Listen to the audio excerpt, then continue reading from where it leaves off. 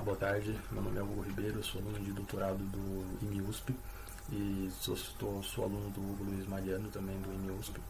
E hoje eu vim aqui então falar um pouco sobre anéis de Witt para semigrupos reais e sobre envoltório fonômico de um semigrupo real. Estabelecer uma conexãozinha entre esses dois. Bom, a estrutura da minha apresentação vai ser dividida em 3 partes. Na primeira eu vou falar sobre formas quadráticas no contexto clássico de corpos, falar como que o anel de Witt é construído nesse caso, dar algumas propriedades básicas. Na segunda parte eu vou falar como é a teoria abstrata de formas quadráticas, a teoria algébrica de formas quadráticas, dar um panorama geral de como que isso se desenvolveu no século XX e agora no início do século XXI. E por último então eu vou focar nos anéis de Witt e falar como que a envoltória fonômica ela é construída a partir de um semigrupo real e mostrar como que a envoltória fonômica pode resolver problemas de anéis de Witt em geral. Tudo bem? Então vamos passar uma parte de cada vez. Na primeira parte, então eu vou falar o que é forma quadrática. A forma quadrática em cima de um corpo nada mais é do que um polinômio homogêneo de grau 2. Então, somatório de A e J, XI, XJ. Então isso aqui é o que a gente entende como forma quadrática em cima de um corpo. Quando a gente está trabalhando com corpos com característica diferente de 2, que vai ser sempre o caso nessa apresentação, uma forma equivalente de você falar disso é usar matrizes simétricas sobre esse corpo. Uma outra forma equivalente ainda de você falar de formas quadráticas é você trabalhar com formas simétricas bilineares, também em cima desse corpo. Então são 3 formas que a gente pode usar de maneira equivalente para falar de forma quadrática. Acontece que a gente ainda pode fazer uma simplificação quando a gente está trabalhando com teoria algébrica de formas quadráticas sobre corpos, que é o seguinte: a gente sempre consegue diagonalizar uma forma quadrática. O que quer dizer isso? A gente consegue, dado uma forma, a gente consegue uma mudança de coordenada linear, que é o que esse T aqui está indicando, de forma que essa forma quadrática ela se transforma em uma forma diagonal. Escrever para BJ xi ao quadrado. Então esses são os únicos possíveis coeficientes não nulos da forma quadrática. Então você consegue, quando a gente está trabalhando no módulo classe de isometria, então a gente consegue, ao invés de precisar lidar com todas as formas quadráticas, a gente só lida com as formas quadráticas diagonais. E essas formas quadráticas diagonais, elas comumente recebem a seguinte notação: B1, Bn. A gente só coloca esses coeficientes que são possivelmente não nulos.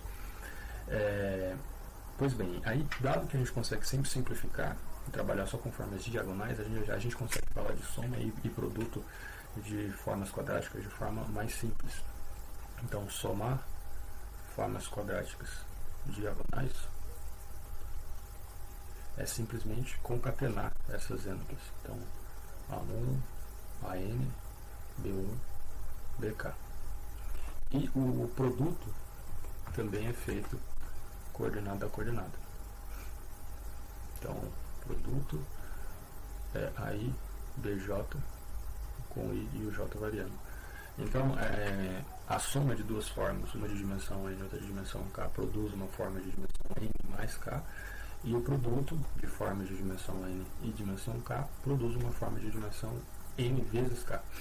Então, essa é a álgebra básica que a gente usa para construir o anel de Witt das formas quadráticas sobre um corpo. Então a gente denota esse anel por W de F, e ele é o conjunto de todas as formas, só que um módulo, uma relação de equivalência que era um pouco mais forte que a relação de isometria. E aí então essas operações que a gente definiu em cima, elas continuam sendo válidas aqui no anel de Witt, e elas que dão a operação de soma e produto mesmo do anel de Witt. E dentro desse anel de Witt a gente sempre trabalha com um ideal fundamental, esse I de F, que ele é muito importante para algumas aplicações. E ele é simplesmente o ideal dado por todas as formas no anel de Witt, cuja dimensão dela é par. E aí dá para provar sem muita dificuldade que quando eu quociento o anel de Witt por esse I de F, eu vou ter o corpo com 2 elementos. Basicamente porque qualquer forma que a gente pegar no anel de Witt, ou ela vai ter dimensão par, ou ela vai ter dimensão ímpar. Então, esse ideal fundamental que já a gente vai mostrar um pouco mais sobre ele, porque ele é importante para a teoria de formas quadráticas. E uma coisa interessante também desse anel de Witt é que ele é gerado aditivamente por formas de Pfister, que são formas que têm esse formato bem específico aqui, 1A para A pertencente ao corpo, não, aos elementos não nulos do corpo, né? Ok, então isso são as propriedades básicas aí do anel de Witt, no caso clássico. Agora a gente pode passar então para a parte da teoria abstrata de formas quadráticas. Bom, a gente tem várias que foram desenvolvidas, principalmente no século XX, que se dividem basicamente em dois subconjuntos, né? A primeira parte, a gente tem, na primeira categoria, né, a gente tem as formas com coeficientes inversíveis em alguns tipos de anéis, que tem muitas unidades. Esse sentido dá para definir com tipo razoável precisão. E todas essas teorias aqui, elas são de certa forma, uma está dentro da outra, né? Uma estende a outra em algum sentido. As mais importantes aqui são os anéis de Witt abstratos, que foram desenvolvidos pelo Marshall, nessa acepção que aparece aqui, e os grupos especiais, a teoria dos grupos especiais. Essas duas teorias, elas são equivalentes, no sentido de, se a gente considerar as categorias dessas teorias, são categorias equivalentes, só que tem algumas diferenças. A teoria dos grupos especiais, por exemplo, é de primeira ordem, então isso é importante porque a gente consegue usar algumas ferramentas de teoria dos modelos para estudar grupos especiais, enquanto o espaço de Witt abstrato, ele não é, os axiomas não estão na linguagem de primeira ordem, estão em L ômega 1 ômega. Tem essa aqui também que é bem importante, os espaços de ordem abstrato, que também foi desenvolvida pelo Marshall, também não é de primeira ordem, ela é de segunda ordem, e tem uma desvantagem em comparação com a teoria dos grupos especiais, porque ela só consegue falar da teoria reduzida de formas quadráticas, enquanto a teoria dos grupos especiais consegue tratar do caso reduzido e do caso não reduzido. Então, quando a gente vai tratar desse caso aqui de formas quadráticas, de teoria algébrica de formas quadráticas, a gente costuma trabalhar mais com os grupos especiais. Quando a gente vai para o segundo conjunto, a segunda categoria ali de formas de teoria algébrica de formas quadráticas, a gente tem uma tentativa, né, de colocar todos os anéis, trabalhar com coeficientes gerais em cima de todos os anéis. A gente tem os Abstract Real Spectra, que também foram desenvolvidas pelo Marshall, e temos os semigrupos reais, foram desenvolvidos pelo Dick e pelo Tobit. Essas duas teorias também são equivalentes no sentido de que as categorias de cada uma delas são categorias aqui, duais, na verdade, só que semigrupos reais também é de primeira ordem, então também permite atacar usando ferramentas de lógica. E uma terceira é a categoria dos multianéis, desenvolvida pelo Marshall também. Essa é de primeira ordem, ela tem um símbolo relacional, só que ela é muito maior do que as duas aqui até então apresentadas. Ela permite incluir dentro dela de maneira plena e fiel, por um funtor ou por um funtor contravariante, todas essas outras teorias que a gente viu, tanto do primeiro grupo quanto do segundo grupo. Então ela é realmente muito grande, você consegue colocar anéis ali dentro também. Então ela é bem importante. A gente não vai trabalhar muito com ela aqui, dado o tempo curto. A gente vai focar na teoria dos semigrupos reais, que é em cima da qual eu quero construir o anel de Witt. Vale notar aqui ainda que a teoria dos grupos especiais, ela tem um anel de Witt também canônico, que é construído de forma muito parecida com o que acontece no caso de corpos. E a gente vai usar isso em determinado ponto. Pois bem, o que é uma teoria como é que é a teoria dos semigrupos reais? Ela tenta formalizar, dar um aspecto de primeira ordem para o espectro real dos anéis, né, que é o conjunto de todas as ordens que um anel tem. E a estrutura básica que a gente precisa para começar a falar aqui nessa teoria é o que é um semigrupo ternário. Então, um semigrupo ternário é uma estrutura que eu tenho uma multiplicação, tenho uma unidade para essa multiplicação, tenho 0 e tenho menos 1. Então, você consegue falar de inverso, né, aditivo, mas a gente não tem uma adição. E eu também consigo tenho um elemento que absorve, né, a multiplicação. Então, é basicamente isso, né, a estrutura. Então, os axiomas são esse conjunto S com um produto e 1 é um semigrupo com unidade. Se eu multiplicar qualquer elemento 3 vezes, eu caio de novo no mesmo elemento. O 1 é diferente do menos 1, e o menos 1 vezes o menos 1 dá 1. O 0 é um elemento que absorve a multiplicação, e sempre que eu tiver que x é igual a menos x, isso só vai valer quando x for igual a 0. Então, essas é a noção de semigrupo ternário. No lugar tem uma multiplicação, tem um elemento que absorve, você consegue tomar inverso, aditivo, sem ter adição. Bom, um semigrupo ternário básico que a gente vai utilizar ao longo da nossa exposição é o 3, com a estrutura de multiplicação vinda dos inteiros mesmo, e ele vai ser muito importante quando a gente for falar de semigrupos reais. Então, o que é um semigrupo real? O semigrupo real é um semigrupo ternário, onde a gente coloca uma relação a mais, uma relação ternária a mais que está sujeita a alguns axiomas. A gente, em geral, ao invés de usar a notação D de A, B, C para essa relação ternária, a gente costuma escrever A pertence a D de B, C. Basicamente, isso aqui acontece porque a gente consegue dar uma interpretação de soma. É como se isso aqui fosse uma soma no sentido de anéis mesmo, é comutativo. Só que ao invés de ter um único elemento dentro desse conjunto, a gente tem vários elementos dentro desse conjunto que está sujeito a algumas regras. E as regras são essas aqui, são um conjunto de 8 axiomas que basicamente estão ali falando que essa soma, essa multissoma, né, que permite ter mais de um elemento, ela satisfaz propriedades muito parecidas com as propriedades dos anéis, e por um outro lado ainda traz a noção real aí dentro do jogo. Os axiomas mais importantes aqui para a gente notar é o RS3, que é uma espécie de associatividade, lembrando aí já o caso dos anéis. Se a gente for pegar aqui, se a gente interpretar esse DT como uma soma, isso aqui está falando que vou mudar de cor aqui, isso aqui está falando que o DT, ou seja, que o B mais o D mais Z está contido no B mais D mais Z, né? Que aqui primeiro o A ele está falando que pertence dentro do BC, onde o C pertence ao DE, certo? Isso aqui está contido dentro do... Então esse Azinho ele ainda vai estar dentro do XZ, onde esse Xzinho aqui está no BD. Então é realmente uma associatividade, só que adaptada, né, a esse contexto onde a gente não tem um único elemento.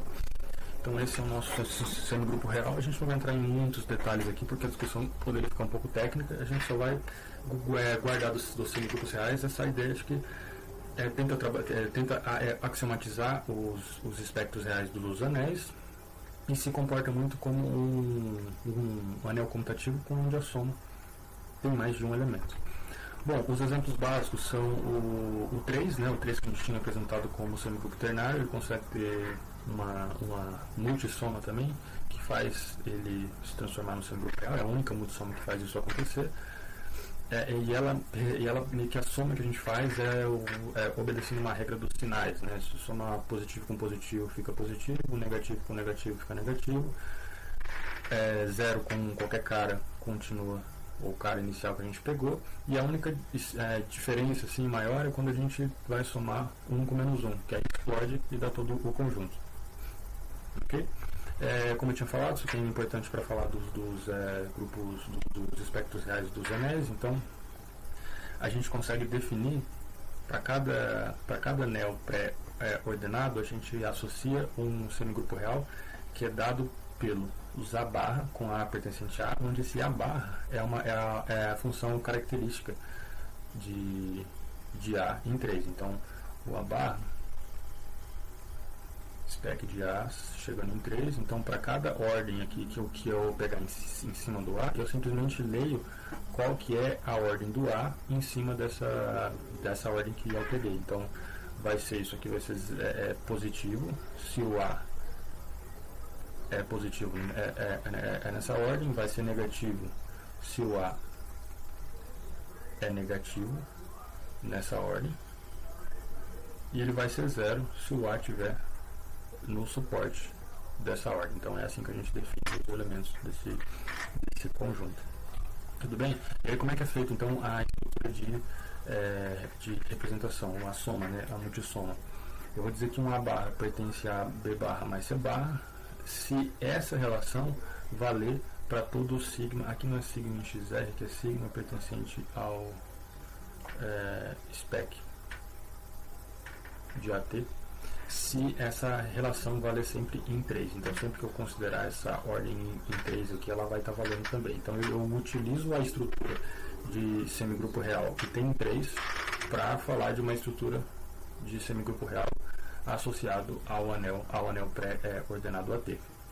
Então, isso é basicamente o que a gente vai estar considerando. Então, esses são os exemplos básicos assim, da teoria. E uma coisa que vale sempre para cada semigrupo real é que as ordens de um semigrupo real, elas conseguem dizer muito da própria representação que acontece nessa multissoma. Então, a gente define o espaço de ordens de um semigrupo real como sendo o conjunto de todos os morfismos em 3. E aqui morfismos de semigrupos reais mesmo. O morfismo aqui, na linguagem, né? Eu defini uma linguagem de primeira ordem, então o morfismo vai ser simplesmente uma função que preserva todas as constantes, e todas as funções e todas as relações da linguagem. Então, o que vale é o seguinte: sempre que eu tiver ABC em R, isso aqui para qualquer semigrupo real, o A pertence ao DT de B e C, C e somente C, isso valer para toda a ordem do semigrupo real. Então, para qualquer sigma que eu pegar em XR, sigma de A pertence a sigma de B mais sigma de C. Então, você veja que essas duas aqui tem uma relação, né? Então, isso que acontece aqui, quando eu vou associar para cada anel um semigrupo real, na verdade, acontece quando a gente está trabalhando com qualquer semigrupo real. Isso vai ser bem importante para a gente trabalhar. Então, isso mostra que basicamente semigrupos reais é uma teoria sobre ordens, né? É uma teoria que fala bem sobre as ordens de um anel. Só que aqui surge um problema, né? Como é que a gente pode tentar extrair de um semigrupo real uma teoria algébrica de formas quadráticas, que ela tenha uma boa relação com a teoria que a gente já conhece sobre os corpos? E a solução que a gente encontrou para essa pergunta é construir um anel de Witt associado ao semigrupo real. Então vamos para a terceira e última parte.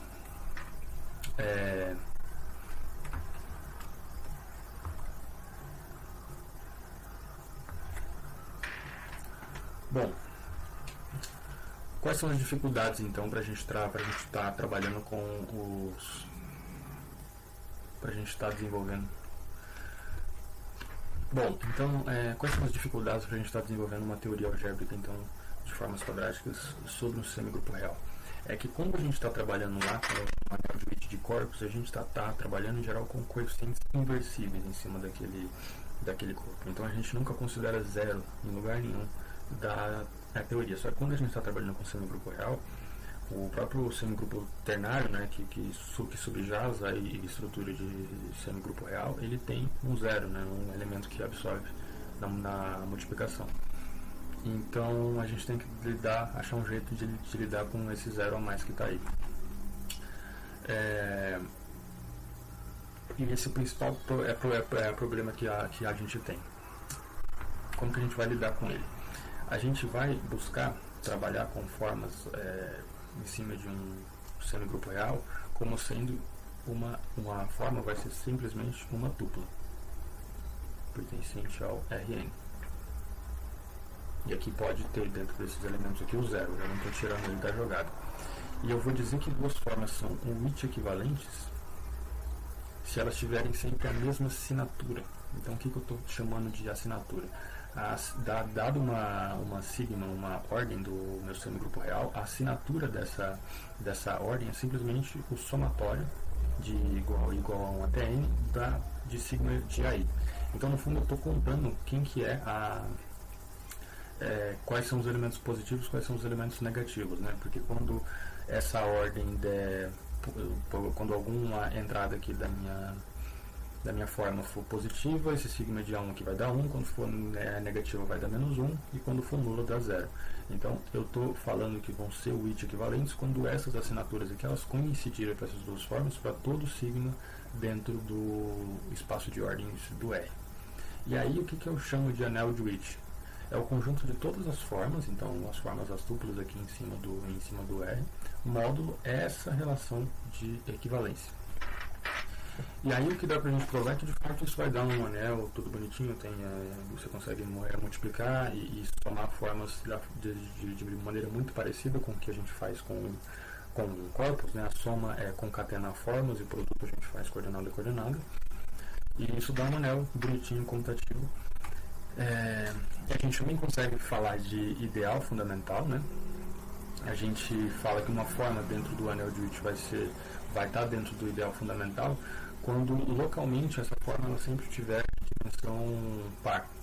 Esse localmente a gente utiliza o espectro real, o espectro primo, desse semigrupo real para desenvolver. Eu não vou entrar em muitos detalhes disso, mas é importante a gente ter em mente isso, né, que é muito parecido com o que acontece com o anel de Witt sobre um corpo, né, que lá naquele caso o fundamental era o conjunto das formas que tem dimensão par.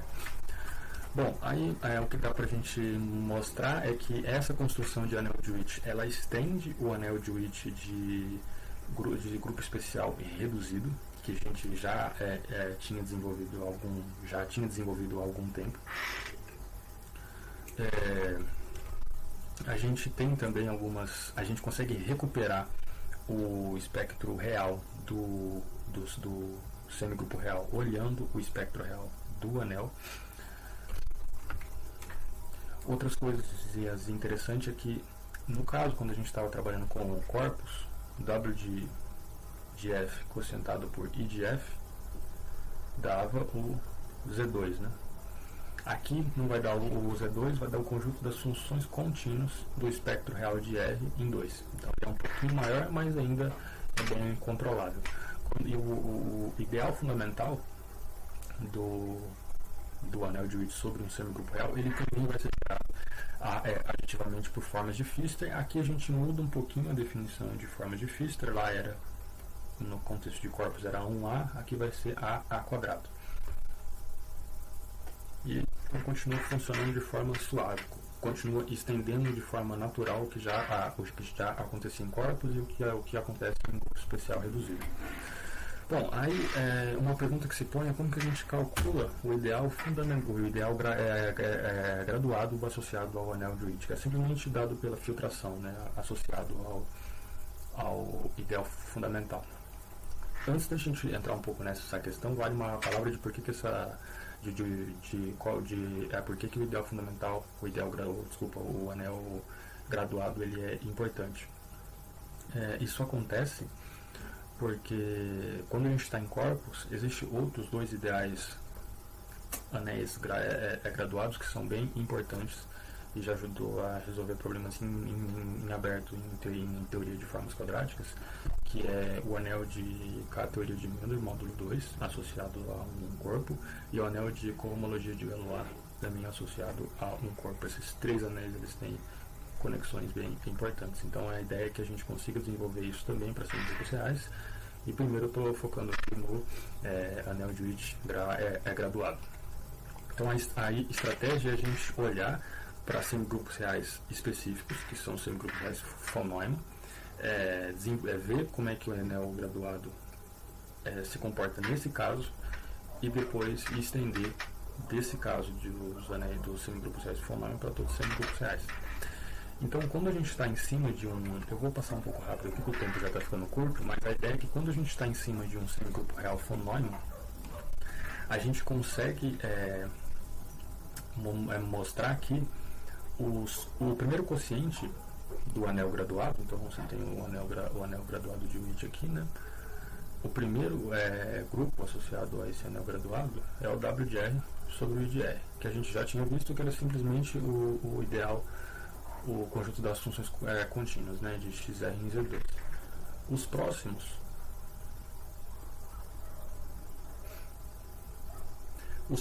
a gente consegue descrever como o anel graduado desse R estrela aqui. Quem que é esse R estrela? Esse R estrela é o conjunto dos inversíveis desse semigrupo real. Inversível é o produto mesmo de semigrupo ternário. Só que esse cara aqui ele tem uma estrutura natural de grupo especial, reduzido. Então a gente consegue reduzir o cálculo do anel graduado de Witt de um semigrupo real von Neumann para o cálculo do anel graduado de Witt de um grupo especial reduzido, que está já muito próximo do contexto clássico. Então isso deixa a nossa questão de como calcular o anel graduado de Witt para semigrupo real von Neumann resolvida. Então agora o segundo passo seria como que a gente prova então que isso já resolve o caso de um semigrupo real em geral. A ideia é a gente definir a envoltória von Neumann de um semigrupo real. E aí como que isso é feito? A envoltória von Neumann de um semigrupo real, ela é definida a partir do anel de Witt. Então a gente define a envoltória von Neumann como sendo o conjunto de todas as fórmulas dentro desse anel de Witt, que quando a gente faz φ ao cubo é igual a φ. Então aqui a gente está utilizando uma estrutura de produto, né? E a gente utiliza isso para definir também uma relação de multissoma, né? Dentro desse conjunto. E o que dá para a gente provar é que quando a gente faz essas construções, na verdade, esse VDR vai ser de fato um semigrupo real von Neumann. Então isso dá um pouquinho de trabalho para provar. Vale também que para cada R, quando a gente associa a forma unitária formada só pelo A, então para cada A a gente associa a forma unitária A, porque lembrando, a gente constrói o VDR a partir do anel de Witt. Isso dá um morfismo de semigrupo real, mas não só isso. Esse morfismo ele é universal entre todos os morfismos saindo de R e chegando em um semigrupo real von Neumann. Em outras palavras, quando a gente considera a inclusão da categoria dos semigrupos reais von Neumann para a categoria dos semigrupos reais, esse V que a gente associa esse semigrupo real von Neumann, que a gente associa para cada semigrupo real, na verdade é um adjunto à esquerda do funtor de inclusão. Então é o melhor von Neumann, né, que está aproximando do semigrupo real. E o que vale, que é a propriedade importante que resolve o nosso problema, é que o anel de Witt associado ao semigrupo real R vai ser isomorfo ao anel de Witt associado à envoltória von Neumann. Então com isso aqui está dizendo, em outras palavras, que o anel de Witt graduado de R, então o anel graduado de R, ele é isomorfo ao anel graduado da envoltória von Neumann. Mas da envoltória von Neumann a gente já tinha calculado, então isso permite a gente estender o resultado para todos os semigrupos reais. Então isso resolve um problemão aí da teoria de anéis de Witt para semigrupos reais. E essa envoltória von Neumann, ela resolve alguns outros problemas que está descrito aqui, mas por causa do tempo a gente vai ter que cortar. Bom, mas então é isso. Eu gostaria de agradecer a atenção de todos, obrigado. E eu acho que vai ter uma sessão de perguntas depois. Bom, fico aí. Abraço, tchau, tchau.